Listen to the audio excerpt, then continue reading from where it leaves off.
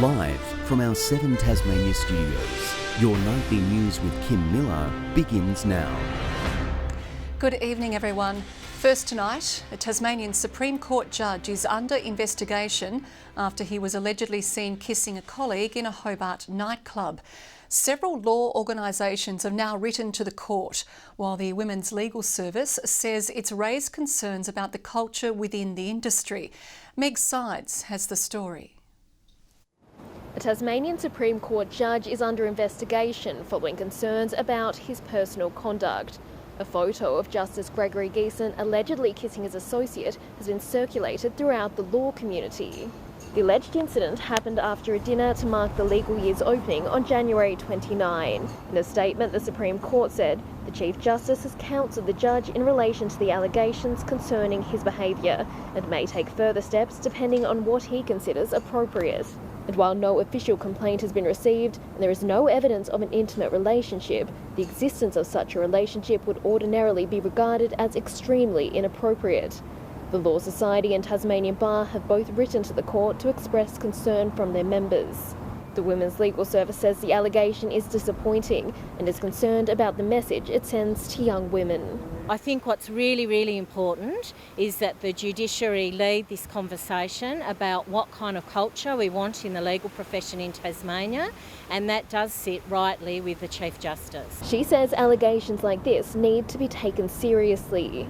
In corporate Australia, that kind of behaviour has been called out, and I think that there's, the emerging and the contemporary best practice is that is not acceptable in contemporary workplaces in Australia. The Supreme Court says the staff member has been offered support. Justice Geeson was presiding over a trial which concluded this afternoon. While he hasn't been asked to stand down, he has been removed from upcoming trials in Burnie and will now return to Hobart.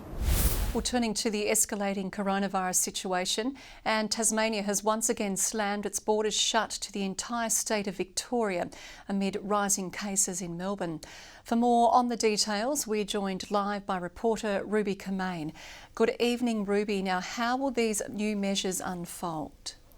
Kim, as Victoria enters a snap 5-day lockdown, Tasmania has declared the whole state as high risk from midnight tonight. It comes as a number of hotspots throughout Melbourne has grown during the past week, and from today that includes parts of one of Australia's busiest airports. Let's take a look at how this will take shape and how it will impact us here in Tasmania.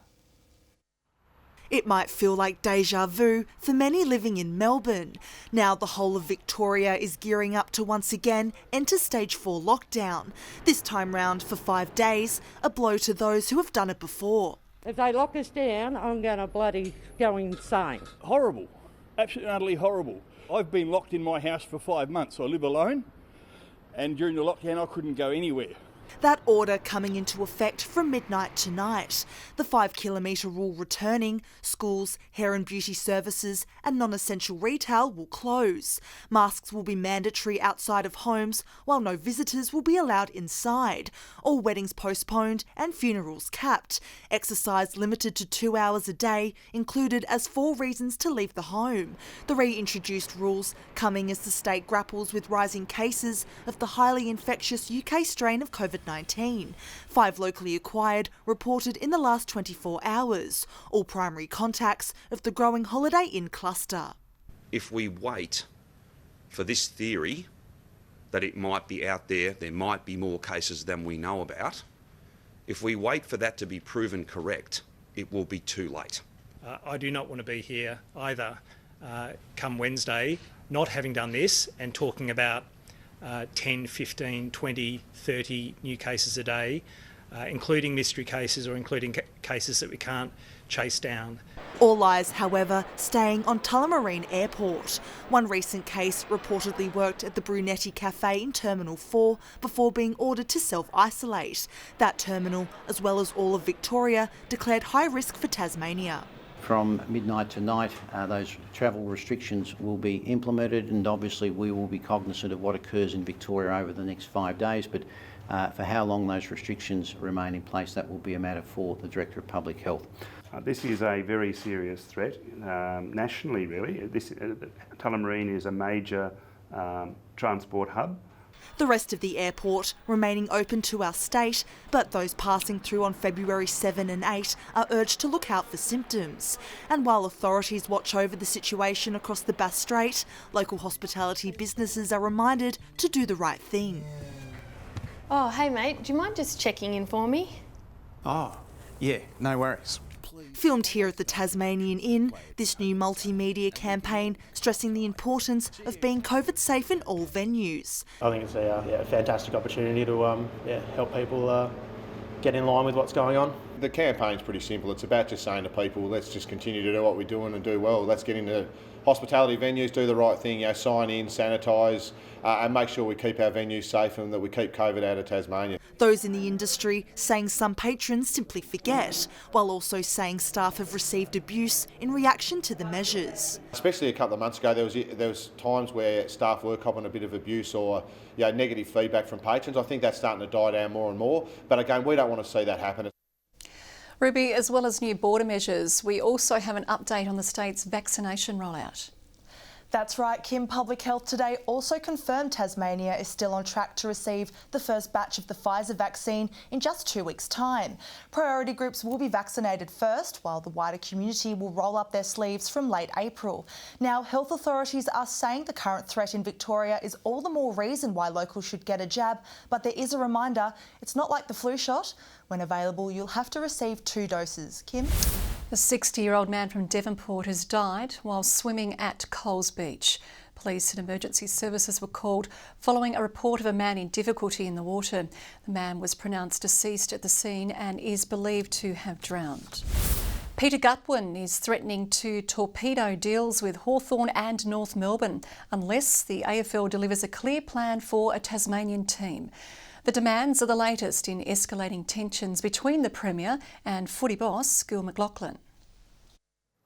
Even in a global pandemic, the Premier isn't calling half-time on his AFL fight. What I've asked for from the AFL is that they provide us either with a timeline to our own licence or they explain very clearly that they're not going to give us one. Talks to renew North Melbourne and Hawthorn deals remain on hold. Now Peter Gutwin has fired off another letter of demand to AFL boss Gil McLachlan. Mr McLachlan called me last night to indicate that the Commission had had a meeting earlier this week where Tasmania had been discussed and that I'd receive a reply to my letter in the coming week.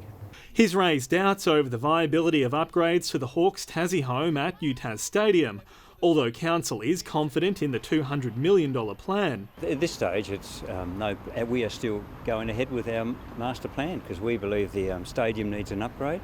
We believe it's not just to do with the football, it's about the whole stadium. Hawthorn is warning it needs an answer from Tasmania by the middle of the year.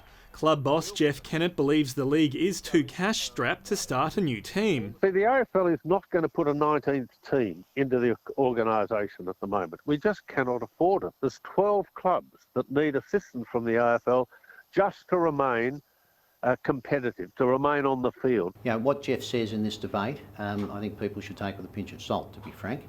While the business lobby is backing the Premier, it has questions. We know that there would be a great deal of enthusiasm at the outset, but maintaining the sort of investment needed would be interesting. So I'd really like to see that business case.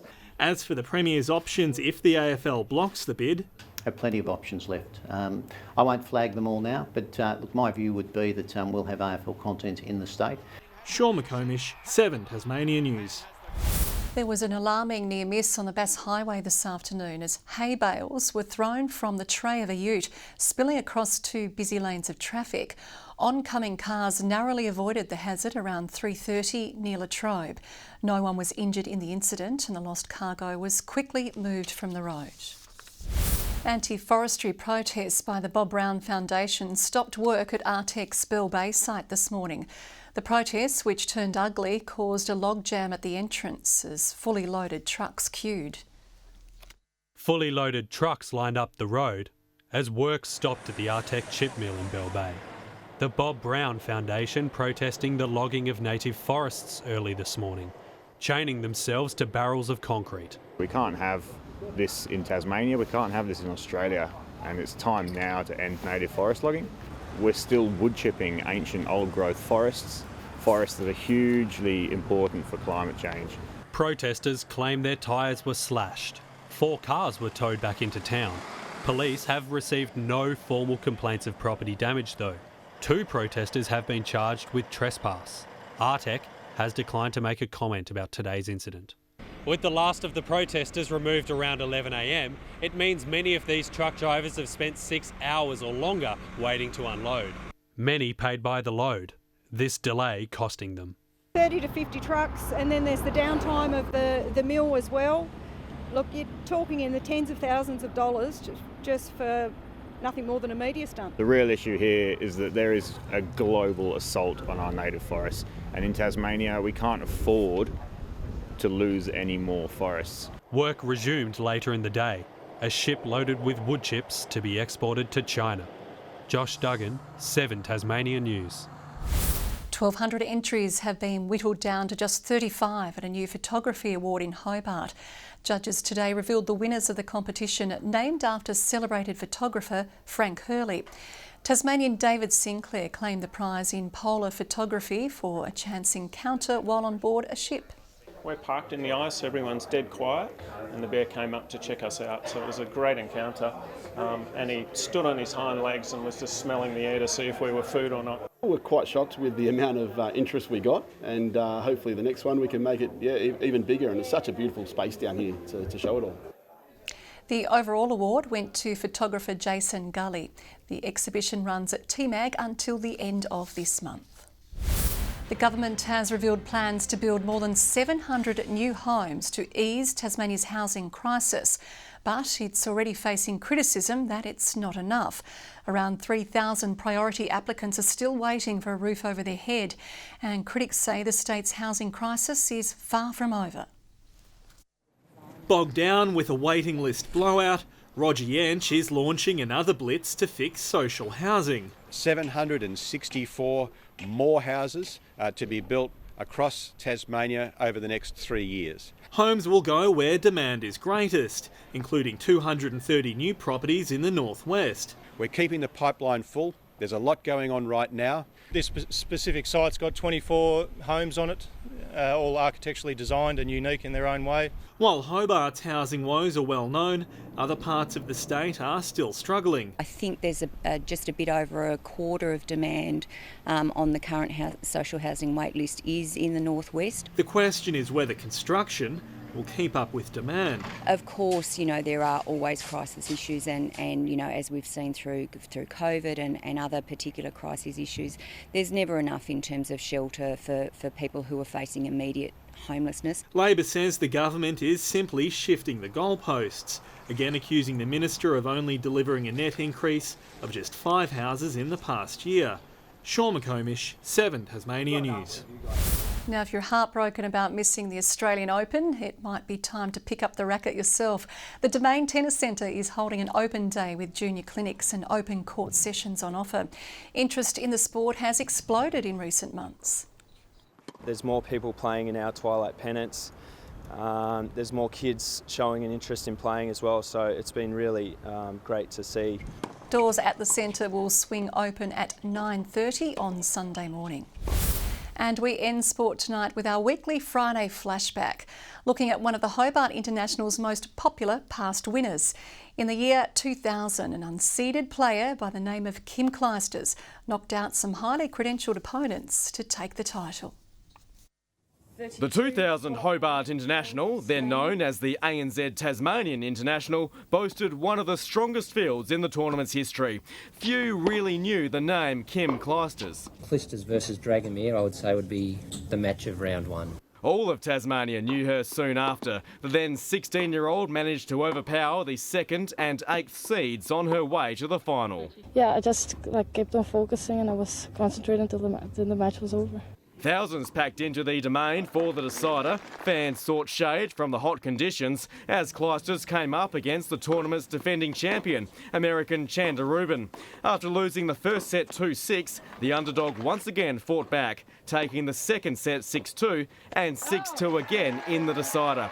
The apprentice named champion and leaving a smile on Tasmanian faces. Yeah, the people here are very nice. They've been really nice to me and my coach, so I really liked it here and I would like to come back next year.